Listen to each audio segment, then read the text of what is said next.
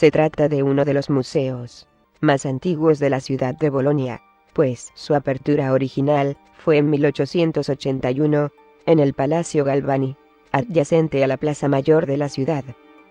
El patrimonio arqueológico del museo abarca en torno a 200.000 piezas, siendo el principal referente, en cuanto a número y calidad de materiales, de la región de Emilia-Romagna. Sin embargo, no solo alberga piezas autóctonas, sino que contiene objetos que son referentes mundiales, en cuanto a arqueología se refiere. En la actualidad, el museo se estructura mediante diversas colecciones, entre las que destacan la colección prehistórica, griega, grecorromana, la colección etrusco-itálica, romana, la colección de numismática, y de una forma independiente al resto, las salas egipcias. La colección egipcia del Museo Arqueológico de Bolonia es una de las más importantes de Europa, junto con las del Museo Egipcio de Turín y el Museo Egipcio de Florencia. En la actualidad, la colección está formada por más de 4.000 objetos, que abarcan desde el Imperio Antiguo hasta la época tolemaica. La sala egipcia se encuentra en la planta sótano del museo, y se estructura de forma cronológica, desde el Imperio Antiguo hasta la época tolemaica, con diversos espacios temáticos, que hacen alusión a los ajuares funerarios, la escritura y los amuletos.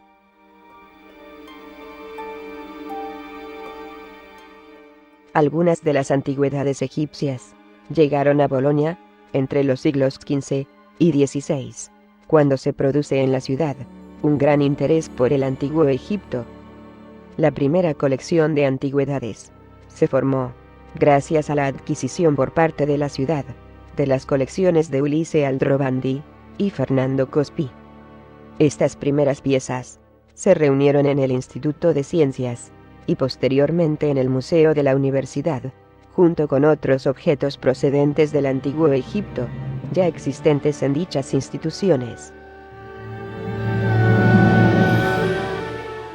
A principios del siglo XIX, el pintor boloñés Pelagio Palagi reunió una importante colección de antigüedades egipcias, compradas en gran parte por el secretario del Consulado de Austria en Egipto, José Nisoli.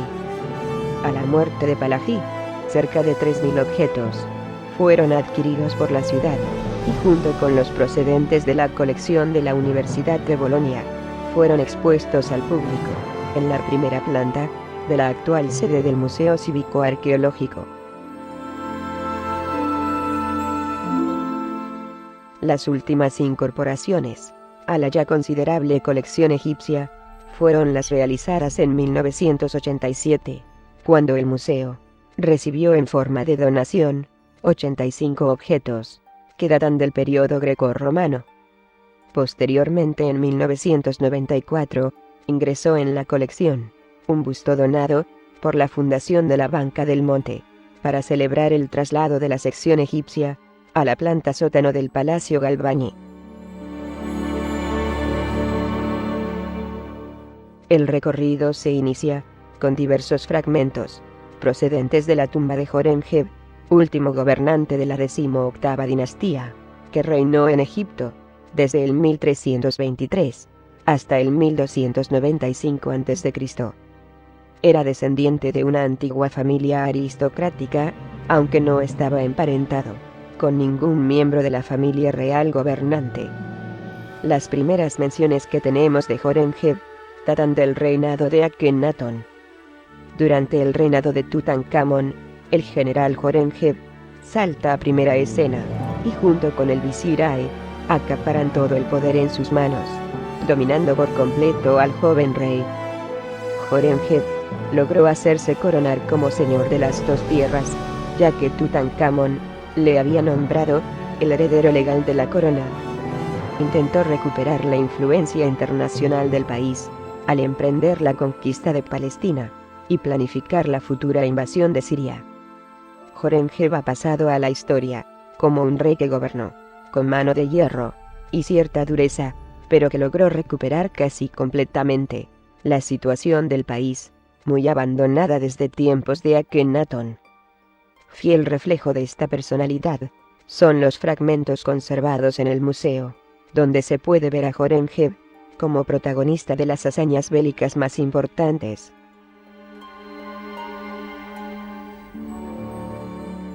La visita continúa con el inicio cronológico de la colección, siendo el primer ámbito el dedicado al Imperio Antiguo.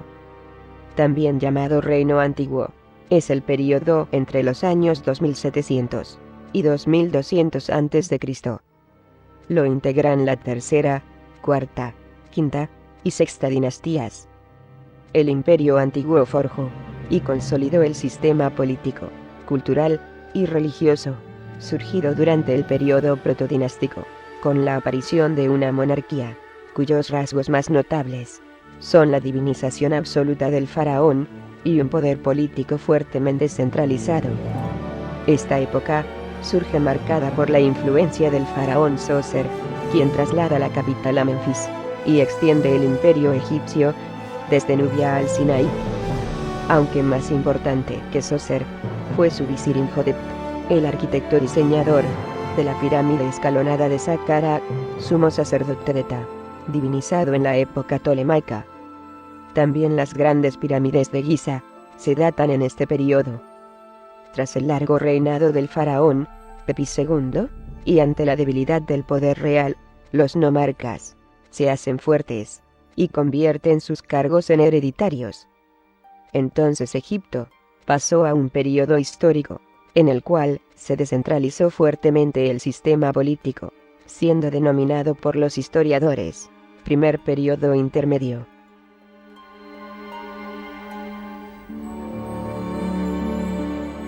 De entre las piezas pertenecientes a este periodo, destacan una estatua de un dignatario anónimo, fechada en la cuarta dinastía, y elaborada en granito, y la falsa puerta de Samerí, elaborada en piedra calcárea, procedente de Saqqara, fechada en la quinta dinastía.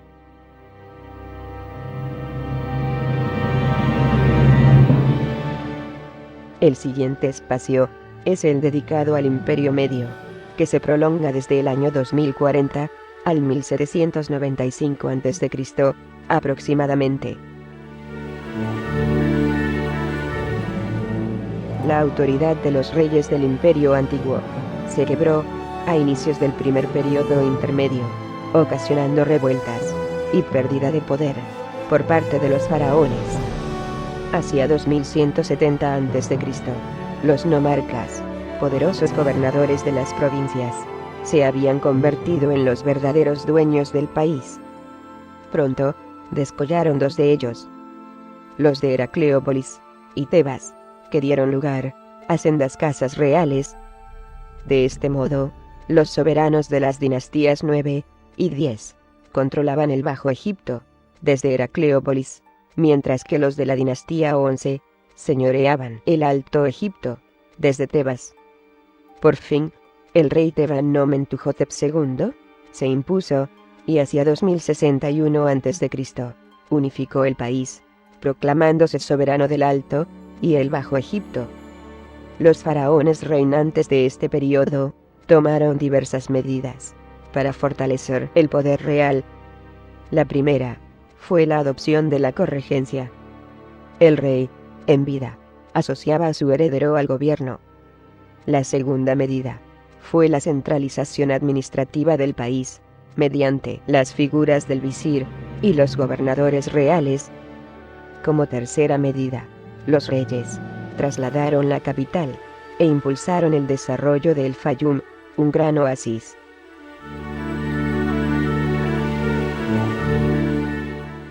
Con el inicio del Imperio Medio, Tebas, la cuna de los faraones de la dinastía 11, se convirtió en la nueva residencia real, en detrimento de la antigua capital, Menfis. Amentuhotep II expulsó de Egipto a los invasores, y para asegurarse el control desde Nubia, edificó una serie de fortalezas, que llegaban hasta la segunda catarata. Por otro lado, Amón se convirtió en el dios nacional de Egipto, y Montú fue relegado a segundo plano. El Imperio Medio fue una época de gloria para Egipto, pero el final de este periodo es mal conocido.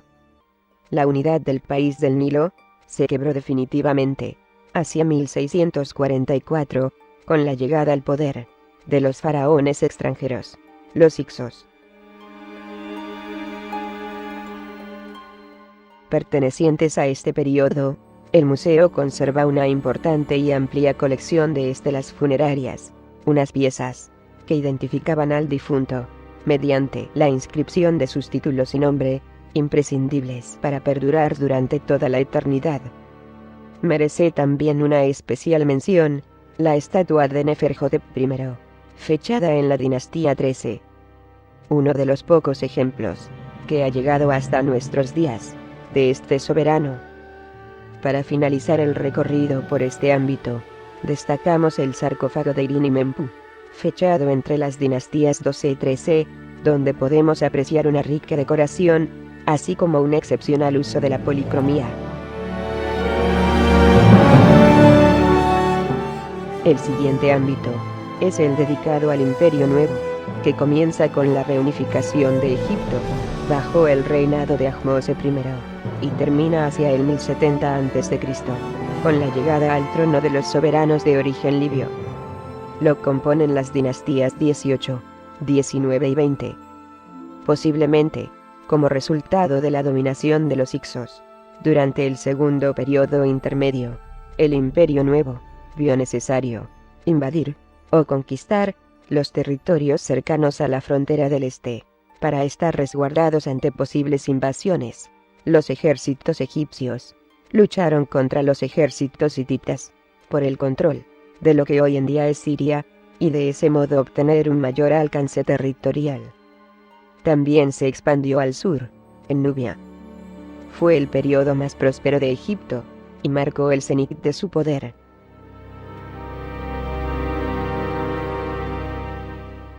Esta parte de la colección es una de las mayores en cuanto a cantidad de piezas. Entre ellas cabe destacar el busto de Diorita, atribuido al faraón Tutmosis III. Este hermoso busto, sin inscripciones, está decorado con el tocado Nemes y con una serpiente Uraeus en el centro. La pieza está fechada en la dinastía XVIII y procede de la antigua colección de la Universidad de Bolonia.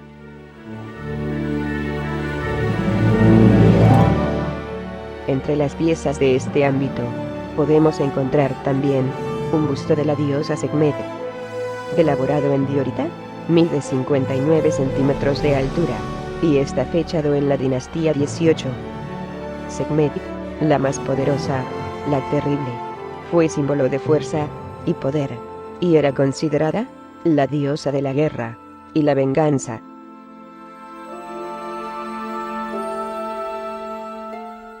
Finalizamos el recorrido por este espacio con el grupo escultórico del profeta Amenhotep y su esposa Meridit, cantora de Amón, donde podemos ver a la pareja representada con sus 8 hijos. La pieza está elaborada en piedra calcárea y está fechada en la dinastía XVIII. El siguiente espacio es el dedicado al tercer periodo intermedio y el periodo tardío. Hacia el siglo XI a.C., Egipto se vio dividido en 2 unidades políticas, una dirigida desde Tanis, en el Bajo Egipto, y otra desde Tebas, en el Alto Egipto. Ambas eran gobernadas por dinastías de origen libio. Si bien eran independientes entre sí, y en muchos casos rivales, los gobernantes tebanos solo ostentaban el título de sumos sacerdotes de Amón. Se considera generalmente que estos períodos incluyen desde las dinastías libias hasta la caída de la dinastía 25, originaria de Nubia, en el siglo VII a.C., y posteriormente hasta la conquista de Alejandro Magno.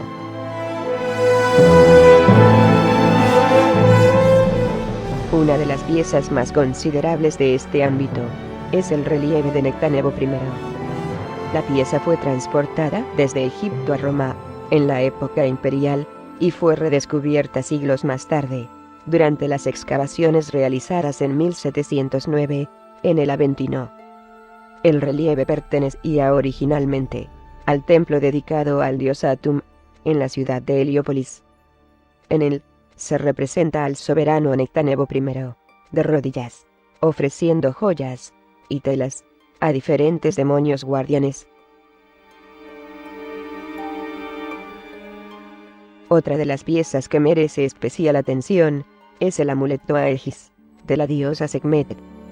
Elaborado en bronce, podría determinar la buena o mala fortuna de las personas, proteger su salud y velar por la inundación anual del Nilo.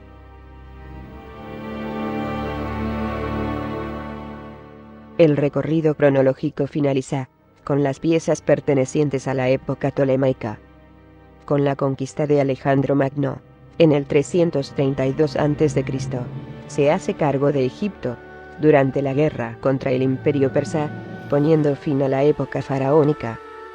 Antes de reanudar las campañas militares, en el año 331 a.C., Alejandro debe resolver el problema de la administración de la nueva provincia. La fundación de Alejandría revela su deseo de gobernar el país a partir de una nueva capital, pero siempre respetando la tradición faraónica antigua.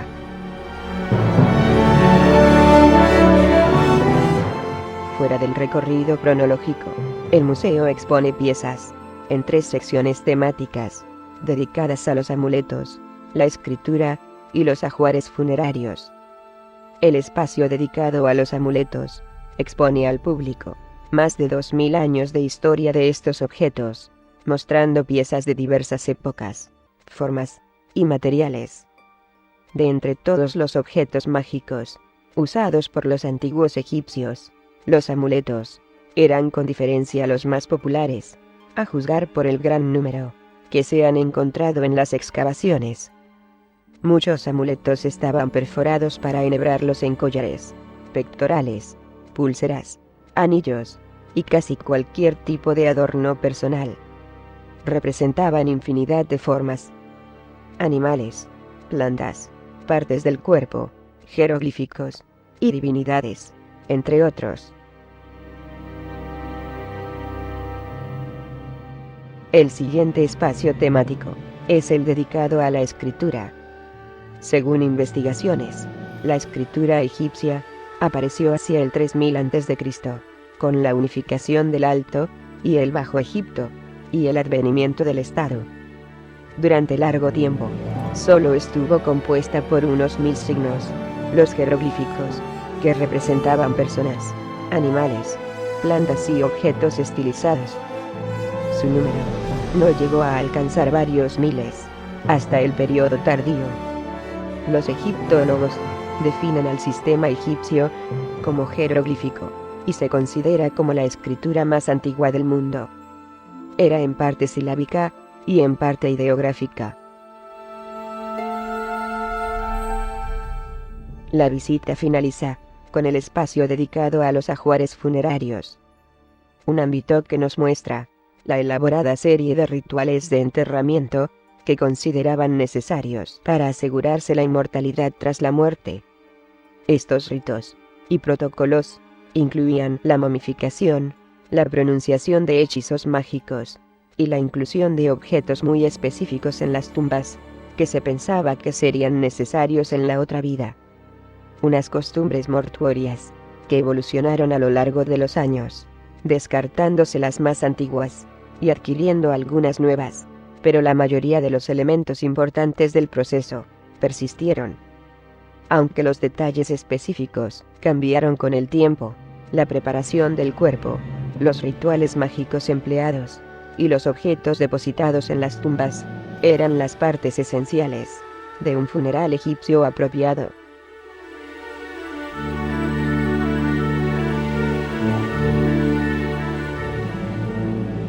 La sección egipcia del Museo Cívico-Arqueológico de Bolonia nos muestra una selección de las más de 4000 piezas que atesora el museo. Un recorrido cronológico desde el Imperio Antiguo hasta el inicio de la dominación romana. Sarcófagos, cerámica, esculturas, estelas funerarias, y amuletos, entre otros. Son algunas de las piezas que se exponen al público en la recientemente remodelada Sala Egipcia.